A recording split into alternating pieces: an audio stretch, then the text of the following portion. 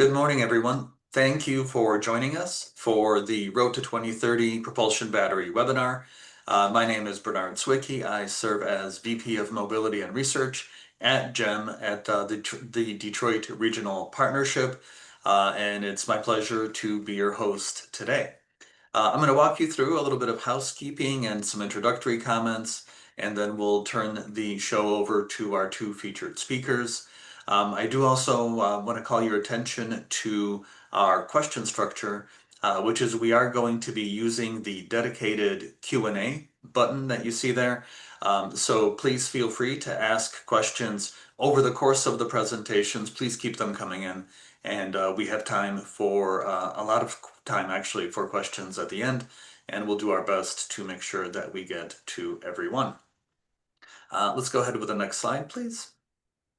Our speakers today are Tim DeBastros from LG Energy Solution and John Warner from American Battery Solutions. And the idea is we're giving you two absolute experts, one from a large global company that obviously has a large Detroit region and Michigan presence, and then John, a little bit more localized, both of them absolute leaders and experts in their field. Let's go ahead next, please. So our agenda will start off with this introduction. I'll do a quick introduction into how this webinar features into the research that we're doing at GEM and how those things can be accessed by you. We're then going to hear from each of our speakers for about 10 or so minutes, and then we will have that moderated discussion with questions. And again, please put your questions in that chat feature. I'm sorry, in that Q&A feature as opposed to the chat. So first of all, this work is a part of the global epicenter of mobility. So I did want to share with you what GEM is and how it came to be. GEM is a Detroit region program serving this 11-county footprint housed within the Detroit Regional Partnership. It is part of the Build Back Better Regional Challenge grants from the U.S. Economic Development Administration with about $52 million worth of funding across 24 different entities. Next slide, please. Why did GEM come to be? We know that there is a tremendous transformation happening within mobility, whether it's electrification, automation, advances in internal combustion engine, more crossroads to other mobility sectors, apart from just the light and medium and heavy duty sectors that this region has really been so good at. So in order to help the region transition to this future mobility, we found that we need to overcome some of these items. These are the challenges. And they really range the gamut from skills and workforce to the needs that suppliers need to transition to these future products, to nurturing startups in many of these new mobility sectors. A lot of the technological leadership is coming from startups. And this region really is the global heart of the automotive industry, and I really often summarize our efforts as an attempt to be to the world in all mobility sectors what we have been traditionally in automotive, and this is really a unique time to make that happen while this transformation is unfolding. And we're trying very hard at GEM to make this happen. Next slide, please. So how do we go about our work? GEM is comprised of those 24 different entities working together in these 6 different pillars. And we're really dedicating each pillar to a specific need, part of that value chain that the region needs, from startups, testing and proving, that supply chain transformation that I mentioned, workforce obviously huge, and then as these companies mature, giving them sites, the actual locations that they can grow into in this Detroit region. Next slide, please. Within DRP, these are the core functions that we focus on: research, storytelling, convening, and then helping the region grow. And I would say that this webinar is an intersection of those research and storytelling functions. And the way that they really come together is this Road to 2030 initiative that we're using as our outreach, sharing this information with the region. Next slide, please. And that is that road to 2030. And if we can advance, I will tell you about it. It serves as our chief dissemination tool, and we invite you to check it out for all of your mobility information needs. This webinar is being recorded and will be posted there, as well as the previous webinars we've done, and we will be doing so in the future as well. The website that is the foundation of this launched in June, and we are treating these technologies as modules, we call them. We're going one by one. So far, we have a hydrogen module. The propulsion battery module is up, and the next one will be e-motors, which will be going live next week. And we do intend to have a new one go up every 6 to 8 weeks. And here is the link to that website and a look at how it looks when you first arrive. All right, next slide, please. I did want to start the conversation with a few summary points of data that point to just some of the growth that we are expecting to see in the propulsion battery sector. First of all, a lot of these, in fact, all of these dynamics are global in nature. So localized events, whether they be regulatory, economic, you name it, are only part of the ecosystem. Globally, we are forecasting tremendous growth. 600% for light vehicle applications has already taken place, and then additional growth for the next half decade or so.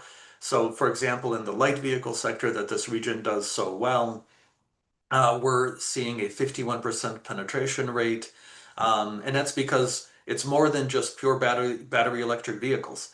It's also hybrids, plug-ins, and a whole host of them. And we also have non-mobility opportunities, for example, in stationary storage. And we have, as a result, experienced very significant employment growth in the region, and we're punching above our weight. We've had an employment performance that is nearly triple the national average. And the idea is to keep this momentum going. We need information as we go, and hopefully this webinar gives you some of that background and information that we need. Next slide, please. And so with that, I'd like to start our presentations. First, we'll be hearing from Tim DeBastros from LG Energy Solutions, and then we'll hear from John, move on to that Q&A. And again, if you could please put your questions in that Q&A function, we will be moderating them toward the end. But right now, Tim, please take it away. Sure. Thank you, Bernard, and thank you to the GEM community and for the participants who are attending right now through the Zoom link. So my name is Tim DeBastos. I am the managing director of our local R&D center of LG Energy Solution. We're located in Troy, Michigan.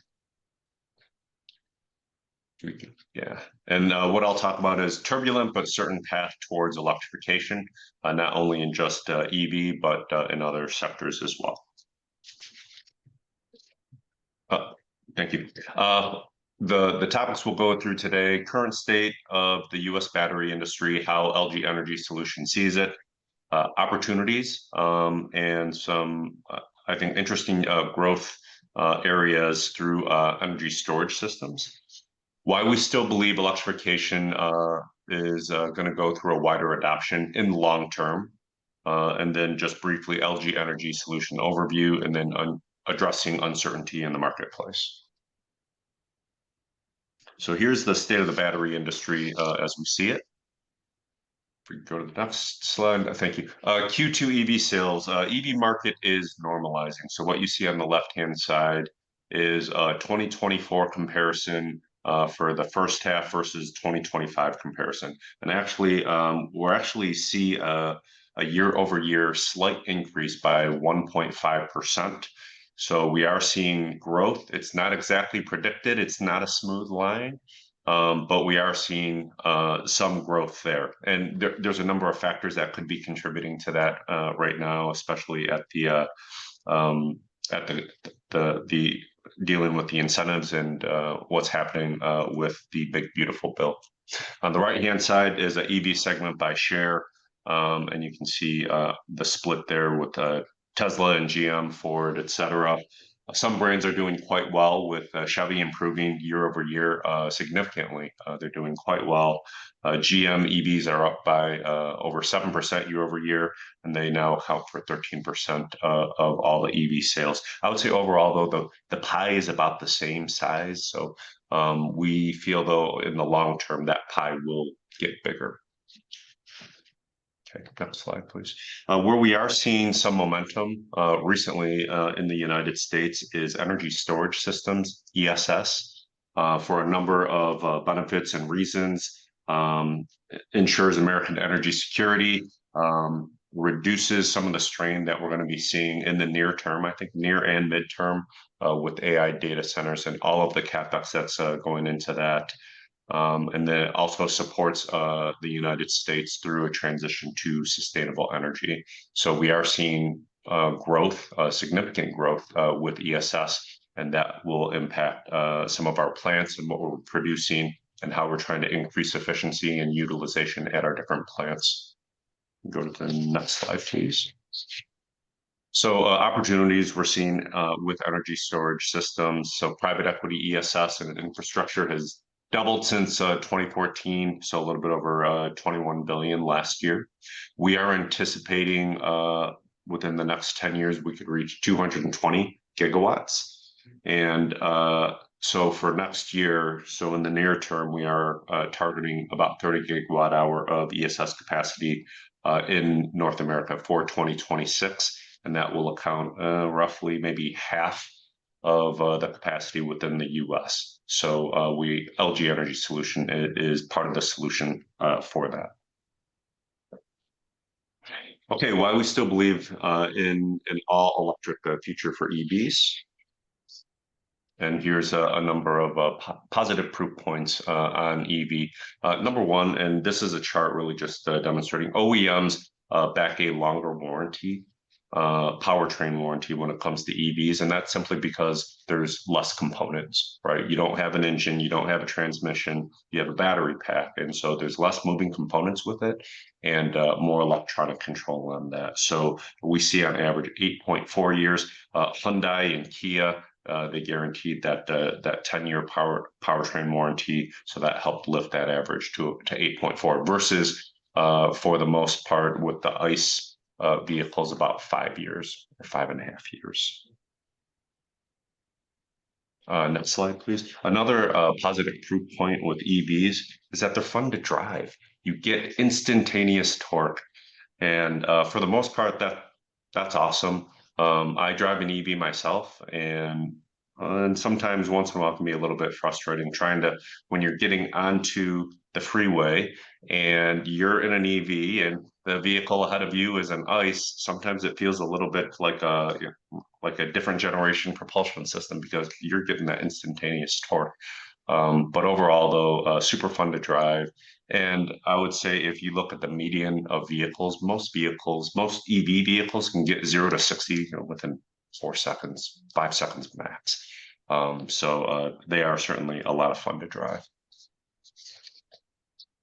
Of course, EV versus ICE, there is a significant CO2 emissions reduction. So if you were to take a look at the vehicle in use throughout the span of the vehicle, the emissions is significantly less. From a manufacturing perspective, when the vehicle comes off of the dealer lot, maybe it's comparable between an ICE and a BEV, but then through the use of the vehicle through its life, we see significant reduction in CO2, and you can see that it's independent of region. UK, Germany, US, China, Japan, it's significantly less. And then overall, just as an industry, we see clean energy jobs being created. So these jobs pay an average of $42,000 more than the typical American family salary. 73% of investments in clean energy that are located in red states, And this is based on 200 clean energy factories in 38 states. So we see a lot of CapEx happening. And again, this is similar to my comment before. It's fits and starts. It's not necessarily a smooth line, but in the long term, we do see growth overall in our CapEx. So 33 billion in annual domestic investments, 180 billion already invested in more than 200 facilities in the US. And you can see there by 2030, 80 billion that we are projecting there. Growth projections based on announced factories being completed. There are some challenges that we're going through to get from early adoption into more mainstream. Certainly affordability. So the average EV sales price is about a little bit over 51K versus the average ICE vehicle, which is close to 42,000. So there's still that delta at LG Energy Solution and the entire battery industry and supply chain in the United States. Our prime focus is to drive down costs. And we can do that through a number of ways, and certainly by localizing our supply chain. So the more mature our supply chain becomes, the lower the price point on that. So that is the primary focus for the industry and for LG Energy Solution. Range anxiety. This is maybe more of a perception. On the right-hand side, you can see a table of vehicles and the range in miles. They're all at around 300 miles or slightly above. And then when we took a look at the daily commutes of Americans, it ranges between 12 miles to 70 miles a day. So it comes out average of 42 miles. So the days in between charging, you get close to a week. But you know, a lot of people, they have level 2 chargers in their garage, and I drive an EV, and I'm starting to see more proliferation of fast chargers. So we see that that there is a gap between reality versus perception. Actually, just a note, I live in an apartment. There is no level 2 charger there, so I've been able to find charging outside of a level 2 charger. So it is quite possible. Going to my next point here with the charging infrastructure, you can see the growth. The light turquoise is a level 2, and then the darker green is the DC fast charge. And just from, you know, a local proof point is I do most of my charging at Myers when I go shopping. And so it just required a little bit of a behavior change. So when I do my grocery shopping, 30 minutes or less, you know, I'm able to plug in my EV. It usually gets about 70 to 80%. So quite good. And hopefully we'll see some more improvements, and that's what we're anticipating with the charging infrastructure. So just a little bit about LG Energy Solution, and then I'll drill that down a little bit further. So LG Energy Solution, of course, headquartered in Seoul, Korea. We have 3 business units. One is the advanced automotive, and that's the group I come from. And the primary cell that we produce is the pouch cell, but we are heavily investigating other cell form factors, and then we're always looking at chemistries. Mobility and IT, so this is consumer electronics, so maybe a cell phone or drones or what have you. Oftentimes the cell form factor there is in cylindrical, and then ESS, where we have seen some acceleration and some very positive sales recently, and we anticipate going into the future. We're an international global company in many different countries here. We were spun off of LG Chem, and we became established at the end of 2020. We have over 35,000 employees worldwide. Most of them are overseas. My organization in Troy, I have, we'll just say roughly 100 people, and it's a multidisciplinary, mostly engineering, and some support staff. Last year, we had sales of 18.8 billion, so it was a little bit less than 2023. Again, the sales just going through some fits and starts. um, for any technology. That's often what you see. And then this is just the financial performance here, a little bit more, just reiterating that we are seeing a little bit of fits and starts. 2025, we're seeing similar to 24, but in the long term, though, we are seeing growth projections. LG Energy Solution, just a brief timeline here. We started making lithium-ion batteries and doing research in 1992, and then started doing mass production in 1999. Our plant in Holland, Michigan, we broke ground around 2009, 2010. And then in 2013, developed the world's first future batteries. And then from 2013 all the way to current day, we have essentially made batteries or battery solutions for essentially all OEMs. And the total number of battery patents exceeds 80,000. And so it's quite prolific, all of the ground that we're breaking at LG. And then here's the technology and development, and this is something that we're always advancing and evolving. Affordable battery chemistries, of course, to drive down that cost, the unit cost for the battery. Cell to pack as a solution, and then also cell to chassis, and then some of our other solutions where we may just provide the cell, or we may provide a module or a battery pack. So we do all levels of assembly. Solid state batteries, that's been, I think, at the spotlight for some time. That is in our product plan. So we're looking to, at around 2029 or 2030 when we would go in mass production, and that would be out of Ocheng. We also have BMS emphasis out of LG, where we look to, with prognostics and diagnostics, to ensure that the battery pack and the cells that there's no anomalies that are happening there, and to ensure customer and vehicle safety. We're also looking at dry electrode technology. So we're removing the slurry and some of the steps in manufacturing the cell, so on and so forth. And then fast charging lithium sulfur batteries. Lithium sulfur batteries would be for applications perhaps outside of auto industry, let's say perhaps for drones.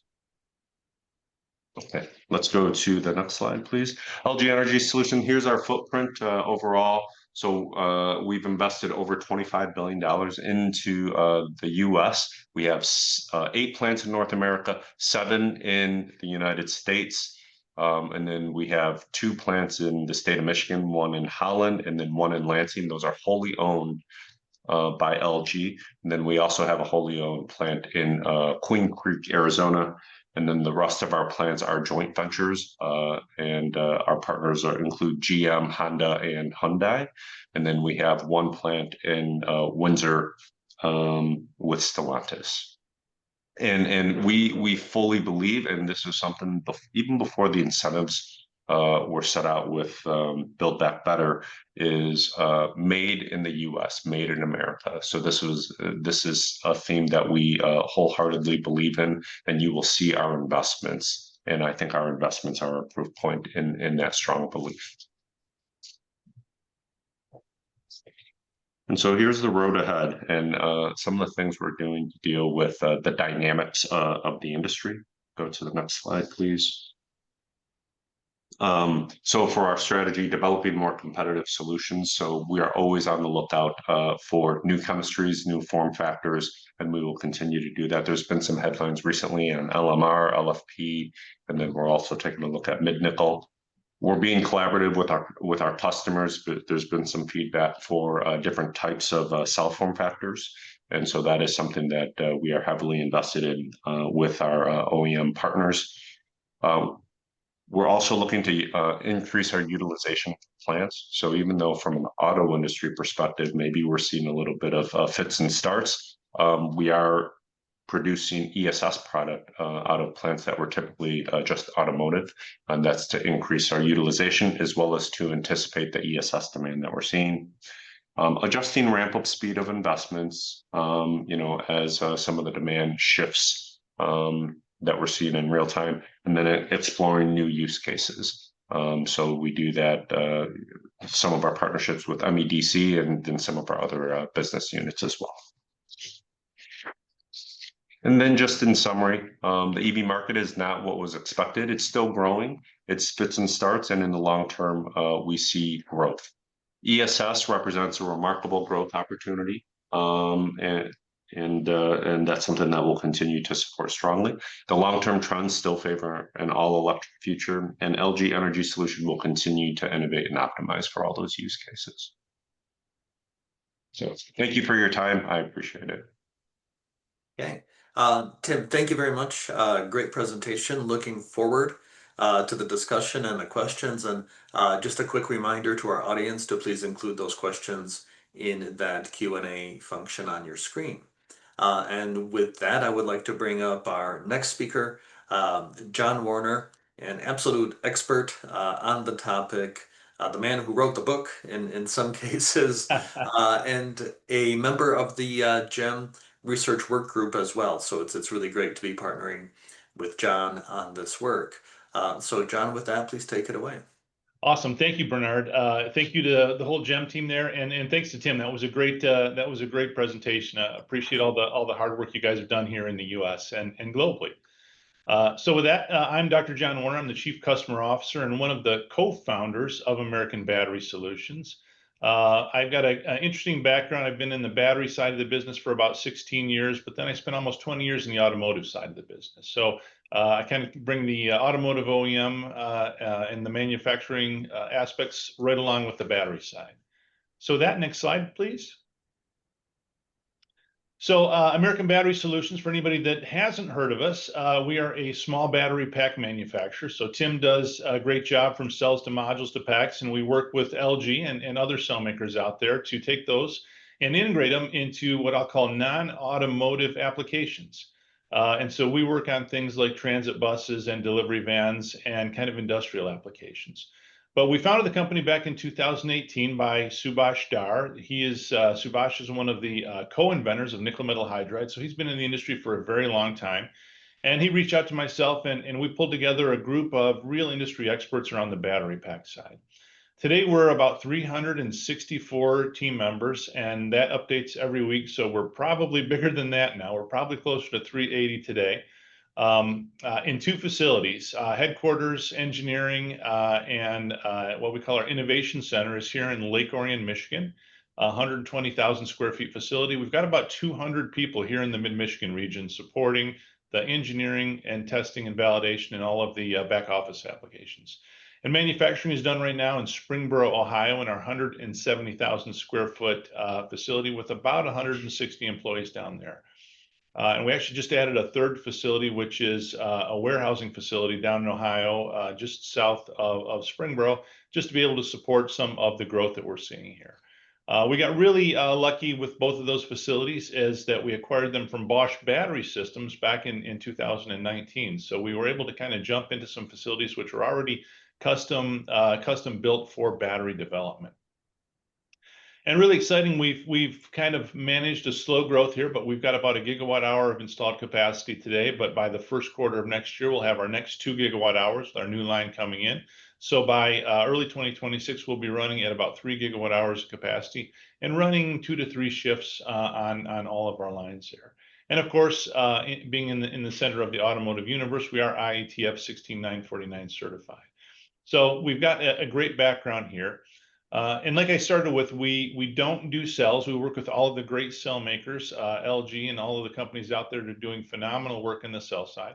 But we know cells, we understand cells, we understand chemistries, which is critical in being able to design the modules, the packs, and the systems to understand them. So that's really where our expertise lies.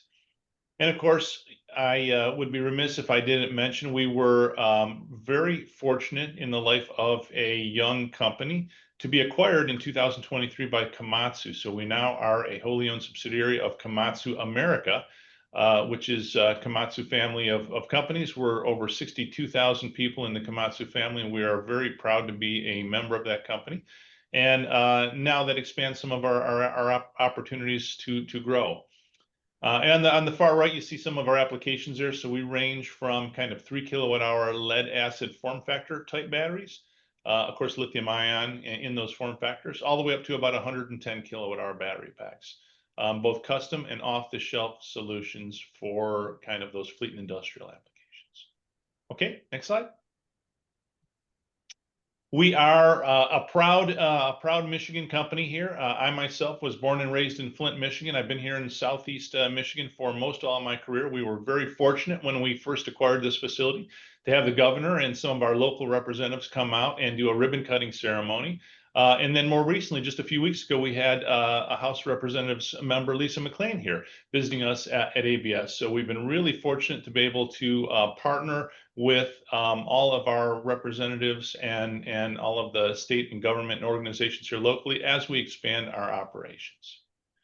Next slide. So again, I kind of talked through some of this brief history, but you know, as a small company, we started in 2018. 2019, we acquired the Bosch facilities, and we kind of kicked off our first product development. 2020 came. I think we all remember that, don't we? We were all probably sitting at home doing very much what we're doing today. It actually got to be a very busy time for us. I like to say when 2020 hit, everybody suddenly had time. They were sitting at home, so they were all writing RFQs. Tim, you were probably at home writing RFQs at the time, I imagine, as well, right? So, so we responded to a bunch. We actually had our first two major customer awards in 2020, believe it or not. And that kicked off some custom development, which we launched in 2024 with the New Flyer program. So New Flyer, which is a Canadian company, but they have 3 U.S. manufacturing facilities, including 1 in Alabama and 2 in Minnesota. So we are a provider of about half of the batteries into the New Flyer all-electric transit buses. And then just this year, we launched a last mile delivery van program, which we're not yet allowed to talk about the actual customer in there, but that one is wrapping up this year, and we're really excited for that one as well. And that includes also some of our high voltage batteries. So Tim talked a little bit about what else was going on here. I thought I would spend just a minute kind of talking about the battery pack. So Tim does the hard work. He does the chemistry and makes all of the magic inside the pouch or the can or the cell work. So we take all of that and we integrate it into what we call a module. We actually have a brick, which is a single assembly of cells, and then a cooling plate, and then another brick, which forms what we call a module in there. Every battery has a battery management system, which is the brains of the unit. That is the controls that talks to the vehicle, it talks to all of the modules, and it talks to all of the cells. And then, of course, we have what we call a battery disconnect unit, which is generally all of your contactors, your pre-charge contactors. Sometimes they're in a case like that. Sometimes they're open in there. We also use a pyro fuse in all of our battery packs. So again, that fuse at the pack level, that way if there is any event there, we can make sure that we disconnect power source. Of course, you got all your connectors and your interfaces with the vehicle, your enclosures, and then from a safety standpoint, we use technology such as a mica barriers to separate our modules and just to make sure if there ever is an event, we can manage that event. So those are the aspects and the parts of the battery. If we look at the types of applications that we apply those to, here's kind of a spattering of those for you. So we already talked a little bit about New Flyer. That's a 60-foot transit bus, which will put as much as 880 kilowatt hours on a bus. That's a pretty exciting bus, but in the US here, we tend to drive those long days, 8 to 12 hours a day. That's going to be on the road and then coming back to the depot at the end of the day. The last mile transit bus, our transit vehicle, that's a really exciting application for us. That's a 94 kilowatt hour pack, 400 volts. And again, that'll have a similar model where it's going to be out on the road 8 or 10 hours a day, coming back at the end of the day to a central depot. And we've recently announced just this summer that we're partnering with a company called TECO, which offers port yard and drayage trucks. So for this instance, we are seriesing 2 packs together to create a 700 volt, 100 kilowatt hour block that they will series up to 3 of in their applications. And of course, our good friends at Komatsu, we're working on multiple applications with them, including some of these great underground mining applications like you see here. It's a very interesting kind of model with some unique requirements that we hadn't quite thought about before. So we're really excited to be able to partner with those. Okay, next slide.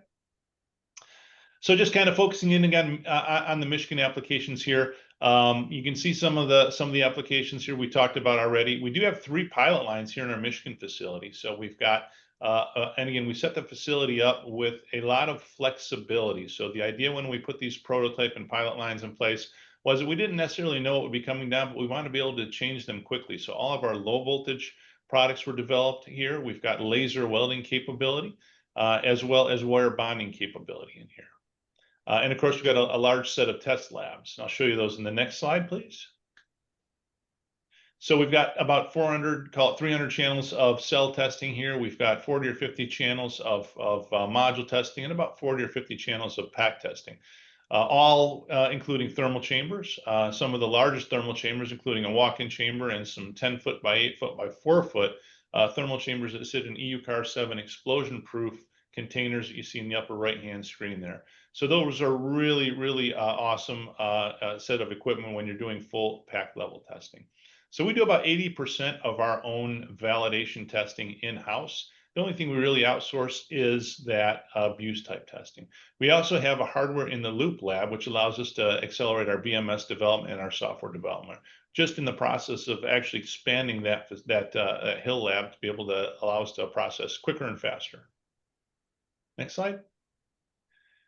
So we talked a little bit about some of the 3 lines that we've got here. That low voltage line we put in first. That one is very exciting. We're in the process of converting that, but that was set up with a laser welding system, so we can laser weld pouch cells, prismatic cells, or cylindrical cells on the same line.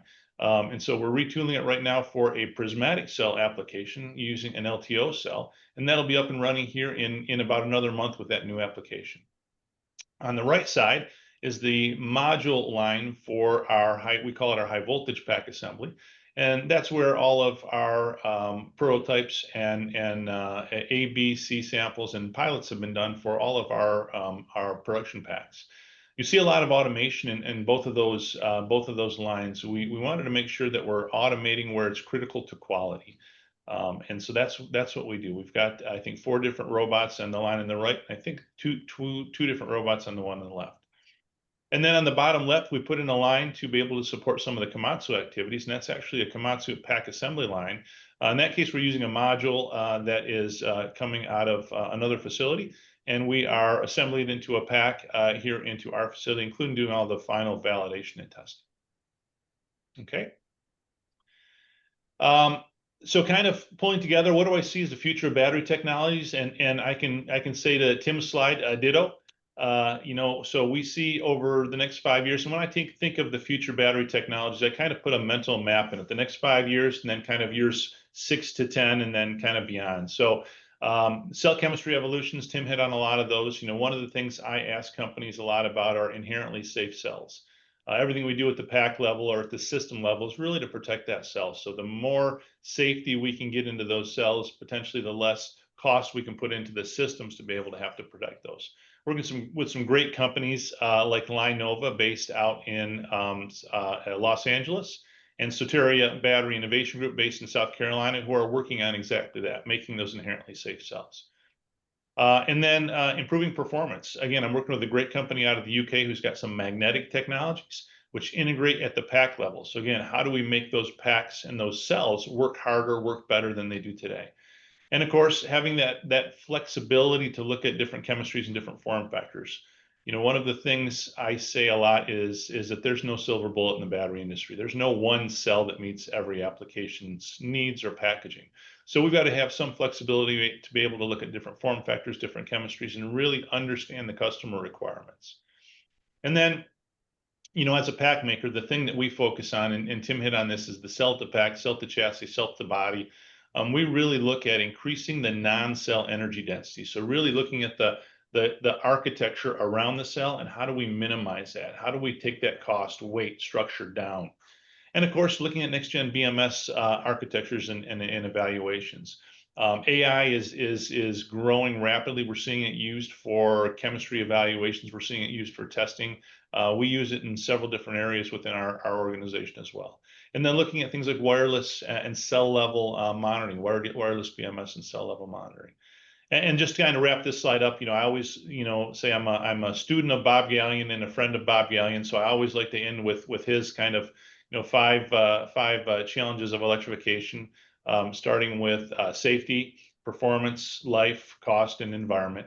And so we focus on all those kind of in that order as we think about how do we do the pack development. Okay, next slide. And of course, we're already looking at the next gen. We talked about some of those technologies. We're not quite ready to do the massive unveiling yet, but ABS is already working on the next gen of energy storage. We've got a pack which is going to be coming out offering unmatched innovation, performance, and really being future forward protected. So you'll hear more about that up in some of the coming days here. And then last slide, I think.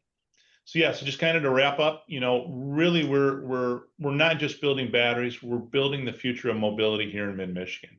And I think Bernard and Tim hit on some of these points here, but Detroit's got some strategic advantage. There's a great reason we're here. We've been building automobiles and we've been building parts here for over 100 years. So we've got great heritage, got great talent and infrastructure.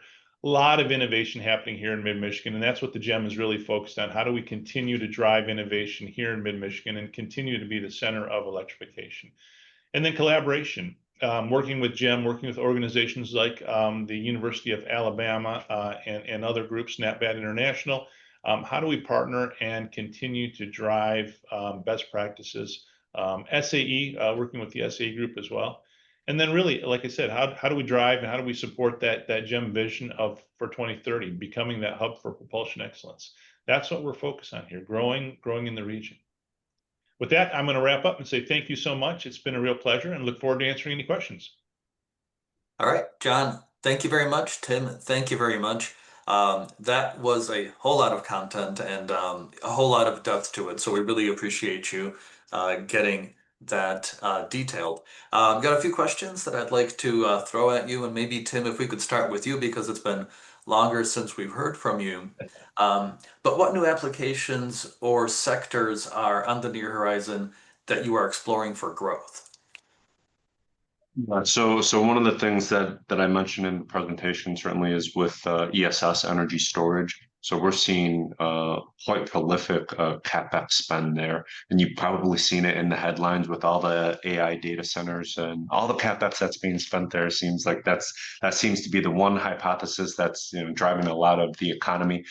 So we see tremendous growth there, and then I would say consumer electronics. So I can't name the company, but we provide a battery to a company that has a fruit for its icon. So there's a lot of growth opportunity there. I think they just released their latest model just yesterday. So we see a lot of potential there. So consumer electronics, and then also, as I mentioned, other applications such as drones. You see a lot of interest with drones for the consumer, and with Joby or what have you, Archer. There's been a lot of other applications there. So certainly that would be an opportunity. And then another area of growth eventually in the long term we would see is a commercial vehicle, and it looks like American Battery Solutions is already in with some of that, and so we certainly see a growth opportunity there too. Yeah, thanks, Tim. And that was a perfect segue to John. Yeah. John, for you, what do some of those future opportunities look like? Yeah, that's awesome. And I think Tim's exactly right. I will say for ABS, again, we're a much smaller company. So we tend to try to focus our efforts. So we're focused on mobility applications. So looking at things that roll, float, or fly is what I like to say. So I see, future applications in the rail side. Believe it or not, we're seeing switcher cars starting to move to all electric. And you've seen diesel electrics in the rail industry for a long time. You're seeing more and more electrification along some of the rails. We're also looking at maritime applications, everything from small consumer boats all the way up to large ships. And there's a lot of that going on in Europe. We're starting to see more and more of it here in the US. Of course, the aviation industry, eVTOLs and all that kind of stuff, we're seeing a lot there. And the other one I would mention is robotics. We see robotics is a massive trend, everything from, your food delivery robots you're seeing around to warehouse robots to, some of the humanoid robots we're seeing from Tesla and Boston Dynamics and some of those cool companies. So I think there's a lot of opportunity here, and realistically, everything is electrifying, right? And as everything becomes more electric, it's got to be mobile. And if it's going to be mobile electric, it's got to have a battery in it. So there is really a nearly unlimited, market for battery electrification as we look forward. Yeah, no, thanks, John. And here in the Detroit region, we are good at things that move. Yes, So we do. it was really good to hear the both of you exemplify some of those other mobility sectors that will provide us with opportunity. And of course, this has been a dynamic time from a legislative and regulatory point of view. So we have a question here. With the current administration, are battery companies more incentivized to source strategic materials and metals from more local sources, like the US, like in Canada, and will that affect affordability? Tim, why don't we start with you on that one? And simple answer is yes. Having a much more stable supply chain will allow us to drive down the cost. One of the things, there was a book that was published recently. The author is Ku Jin, and it's the new China playbook. And she goes into an example of how did the battery industry proliferate so much in China, and it's very cutthroat there. All of the supply chain is cutthroat. And so, maybe they started out with 500 battery companies, and it was survive or die. So now they have like 3 battery companies, and or 5 or whatever it may be, just a handful. But what it did though is it really proliferated and matured their supply chain, and it allowed them to drive the costs down. So they went from we came up with the LFP, and we came up with the lithium ion battery. So that was the 0 to N, but then China went from N to +1. And so they really helped with that industrialization. So that's what we need to do here in the U.S. is industrialize, and by increasing our supply chain, supplying locally, that will help us get there. Got it. John, anything to add to that?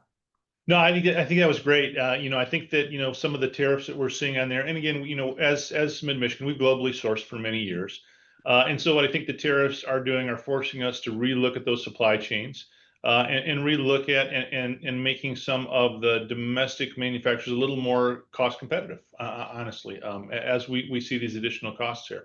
We do still benefit from the USMCA. So again, if you're building in Mexico and Canada and it is USMCA compliant, we are still partnering with great companies all across North America. But building that supply chain out, building it here in Mid-Michigan is going to be important for us, and building it here in the U.S. is going to be important for us as we continue to grow forward. So we still have some challenges, I think, that we're still facing. I think there's going to be some uncertainty we still face from some of the policies that are in place today. But our job as business people and as technologists is to evaluate those and to continue to drive forward. Yep. No, thanks, John, and thank you, Tim.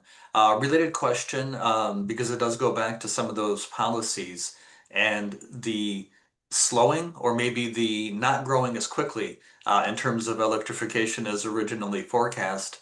Can you talk about how that's impacting price? Because on one hand, it slows down achieving economies of scale. On another hand, we're now not competing as much for scarce and expensive materials. And so, Tim, why don't we start with you? But how is this impacting affordability? Because you really hit on affordability in your comments earlier. I, and I'm not gonna get super precise with it. There's fits and starts. So at LG Energy Solution, we take a long-term perspective from it in terms of the investments and the dollars that we have invested into North America, and specifically the United States. It's over $25 billion. We go based off of what our customers are requesting, their RFQs and the different programs they have and certain volume demands. So are there some dynamics? Yeah, absolutely. There's some dynamics. And so we're doing what we can to be agile and to survive the moment. But long term, though, we are still confident in the growth overall. Yep, of course. Yeah. John, any comments on that? Yeah, I think that's very well put, Tim. And I think we're in a similar boat. We're certainly seeing the slowdown today. I think you'll probably see in the consumer vehicle side, you're going to see probably some surge of demand through September 30th, right? And then we'll probably see a bit of a slowdown. But the one thing I keep saying is that we passed the tipping point. Electrification is absolutely happening. It's not going to stop. It's going to slow down for a while, but The reason that ABS focuses on the type of markets that we do is because in the commercial vehicle space, there's a business case for electrification.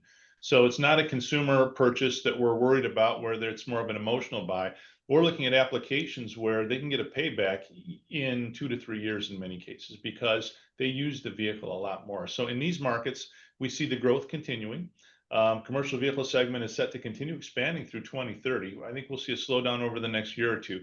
From a pricing standpoint, to be honest, in the commercial vehicle space, we're all low volume. So I will say that, we have, we continue to work with all of our suppliers and all of our partners to continue to drive costs down. That new product that I mentioned, we're gonna be introducing some technologies which allow us to take the pack level cost down. So we're gonna be very competitive here as we continue to drive things down. So I think we're seeing that slow down, but we're not seeing any stoppages. Yep, of course. Okay, got a few more specific questions here. One is, I understood your companies are establishing mass production, but what is unique and new about the batteries themselves? Which of course, I'm sure is quite a long list. Tim, why don't we start with you? I guess I could highlight a few attributes there. Certainly, stability of the chemistries, the different chemistries that we're taking a look at, the different form factors. Some of it I can't get into too much detail, but we are looking at different form factors though. So I mentioned that there's cylindrical, there's pouch, and then there's other form factors for the cell. So we're taking a look at that, and we're also taking a look at other chemistries as well. Going back to establishing a strong supply chain, we have that. Plus, we have another puzzle piece where with U.S. regulations, they are requiring more focus on localization and less from other regions, right?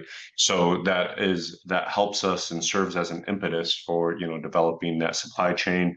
But I would say that overall, though, maybe from a consumer perspective, you won't see you wouldn't see the form factor, so you shouldn't really. It should be transparent to you, but at least from the battery perspective itself, though, I would say chemistry and form factor. So those are new. They're more advanced. It's better materials, it's lower cost, and then that ultimately, back to the question, Bernard, on price, that ultimately does lower down the price for the consumer. Another comment I would mention too is, in order for EVs to sell or to have any business case at all, the sales price can't exceed too much further, right? Because you need all of the OEMs need a business case in order to sell their EVs. Yep, great, thank you. And John, you're the company that puts it all together. What does it look like from your? We do, yeah. So when we talk about differentiation, what is different in our product? We think about modularity and scalability. So because we serve customers who have generally lower volumes, so in the auto industry, you may sell 200,000 vehicles a year. You may sell tens of thousands, hundreds of thousands. We sell, thousands to 10 to 20,000, packs per year to single customers. So the question is, how can I take some of these lower volume customers, and we have customers that are 500 packs a year, right? 1,000 packs a year. How do I give them some of the advantages? So one of the things that we do is that we're able to consolidate volumes by having common products. So we're able to use the same cell across many different applications, giving us bigger buying power with the cell makers, giving us that lower cost that Tim just hit on, right? So we're able to get those. But we also have modular designs, in that you saw one of the examples where I was able to series 2 packs together. I take 2 packs, I can either series them and then parallel them, meaning that I can get different applications at different voltages. So I can either parallel one at 350 volts and parallel 10 of those and give you 350 kilowatts, or I can series parallel those and give you different combinations. So if you've got a low volume application, we've got that modularity and flexibility to be able to use a single product across many applications. And then because we design what we call an architecture, we can actually customize that for specific applications. So as we get customers coming in looking for different solutions, we can take what we've already designed and then customize that.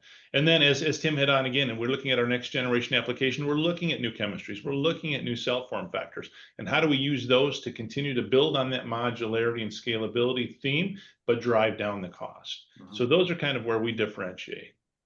Yeah, thanks, John. No, and as you were talking, I was thinking about how different those approaches are from if we were working in an internal Yeah, combustion engine world. yeah, You don't have nearly that same flexibility to yeah. scale and customize without going Well, fully custom for each application. and if I can give you a really quick aside here, I was down in Alabama last week. I got to visit the Mercedes plant where they build both EVs and internal combustion engines side by side. And there was one spot on the line we saw two chassis sitting there.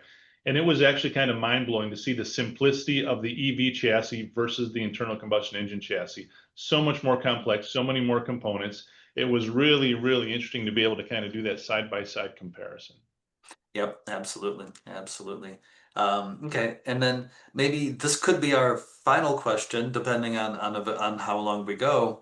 But looking at the powerhouse of capabilities in the Detroit region, you know, what are the gaps in the current battery process, the supply chain, the capabilities that you see are still existing? And when it comes to satisfying those gaps, what solutions are needed that you think could really help move the needle? Tim, why don't we throw that at you first?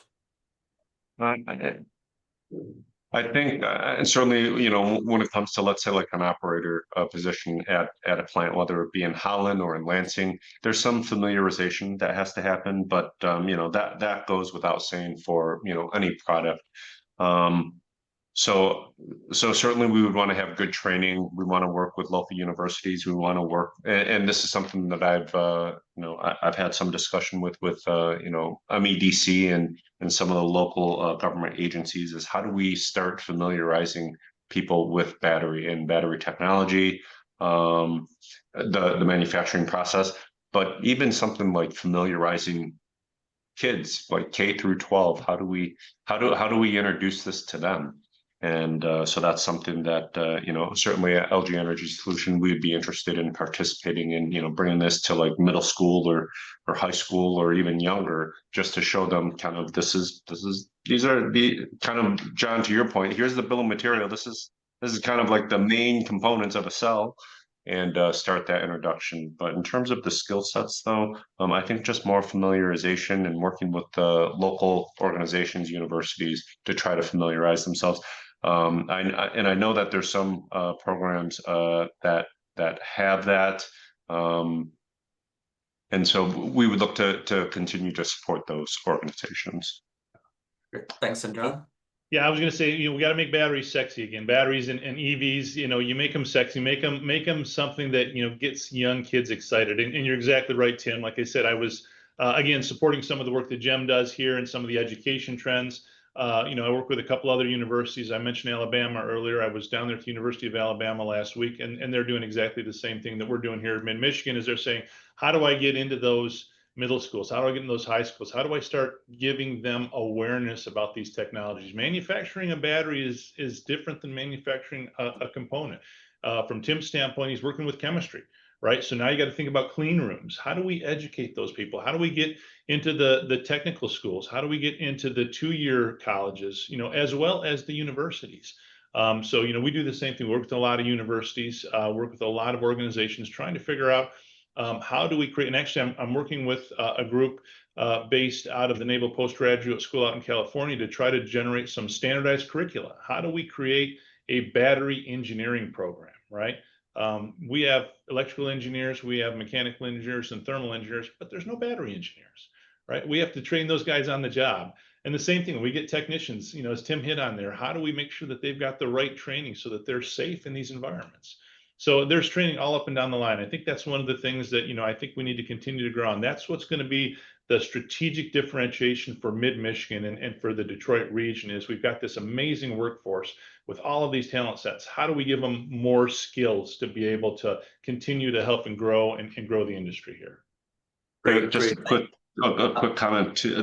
There's a Macomb Community College, I think, has an EV program for technicians, and that's led by Frank Abkenauer, and it's a 1-year program, and it takes them through all the definitions of a cell, and then how to integrate it into a vehicle, along with BMS development. So I think that's one pretty positive case point that we would want to try to replicate in the state of Michigan. Yeah, no, Tim, thank you. And that's a great example. And I know, both within GEM itself and also many of the people listening, this region has a ton of solutions that can help with Yeah. those challenges as well. Unfortunately, that brings us to the end of our time. So, John, Tim, thank you so much for all of your excellent content and the answers to these questions. It's been tremendously informative. I want to thank all of our guests for joining us today. Really appreciate your time. Do want to remind you to continue checking out that Road to 2030 website. Our e-motor module will be going live next week, as previously mentioned. Also, another GEM research initiative underway right now is the social network analysis, and those surveys are out in the field. So if you received an email with one, please do complete it. If not, please check out LinkedIn. But we do appreciate all the participation that we can have with the region. So again, thank you very much, everyone, and have a great rest of your day. Thank you. Okay. Thanks.